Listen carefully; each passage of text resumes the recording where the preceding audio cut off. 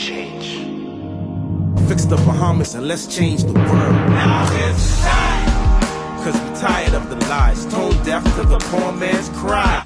Hello, this is Kevin Wynn again. I'm here to talk to you about the cost of doing nothing. Now, we've already mentioned the GDP and the debt ratio and the national debt.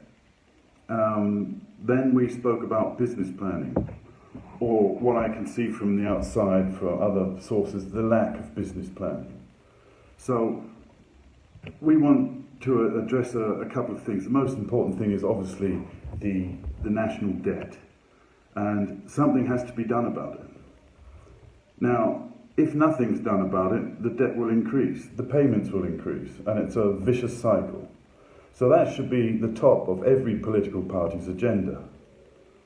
Now, some political party mentioned free school meals. Now, that's very good because if children don't get anything to eat, they can't concentrate. And if children can't concentrate, they are slow to learn and slow to develop. So what is the cost of that in the future? Think about it. Now, this is a very noble gesture, free school meals. My question is how are you going to fund this lovely, wonderful idea of giving everyone a free school meal at school? Are they going to borrow money to pay for this? Or are they going to take allocated funds from another budget and then provide the children with free school meals, therefore leaving this other sector neglected or underfunded? So they're solving one problem on one side and creating another problem on the other side, either debt, further debt, or a lack of sufficient funds into another government sector. So if they don't have a plan to do this, why doesn't the media ask them how they're going to do this? What are they going to do about the debt? Let me tell you the answer to this. If you increase government revenues by creating new businesses, you will increase the GDP of the Bahamas. Therefore, the debt ratio will go down. These increased revenues mean that the government has more money in its coffers and can afford school meals. Now, let's look at some other examples. On education, the education minister will also obviously be looking at a variety of curriculum and courses and discussing with the University of the Bahamas on what is needed. What are the alternatives? How can they improve? One way that we're dealing with here is with the University of Munich, for example. They've prepared a paper for us on the application of hydrogen power. Now, that's not ready to implement yet, but it's a future thinking that hydrogen power will be with us in the next 5 to 10 years. Bahamas will be ready. We will have a lot of environmental engineers in the Bahamas to take advantage of these new technologies. The KGM is introducing new technologies. They come with training programs. We will set businesses up, like I mentioned before, on energy, waste management, and other areas. This is a benefit, long-term benefit for the Bahamas. Let me talk to you about another couple of things.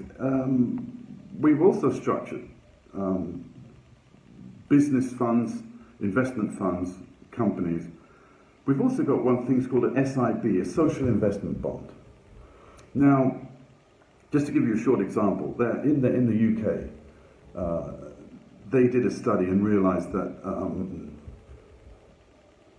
convicted criminals, upon release, 80% of them within the first 1 or 2 years commit a further crime and are therefore incarcerated again. What they set up there is a social awareness psychology program to help released criminals. There's social awareness, how to find a job, and various other methods to help them. We can go into detail at a later date. They found that in some areas, this repeated offenders reduced to 20 or 30%, not 80%.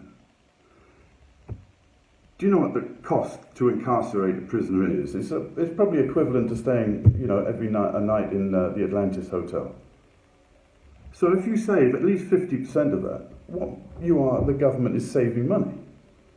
By not doing this, it's going to cost money. So the cost of doing nothing, people have to imagine what it's going to be. The cost of not changing to alternative energy in the future is going to be a heavy cost. Just try and imagine, you can't put a figure on it. So you have to get involved. There are alternatives. The Bahamians can do this. The new businesses what we are creating will involve carbon credits from various organisations. This money goes into the coffers of the government. This is extra revenue. It'll have to be managed properly. So, this national debt has to be looked at. It has to be addressed. There has to be a plan on how to reduce it. We need a change. Fix the Bahamas and let's change the world. Now it's time.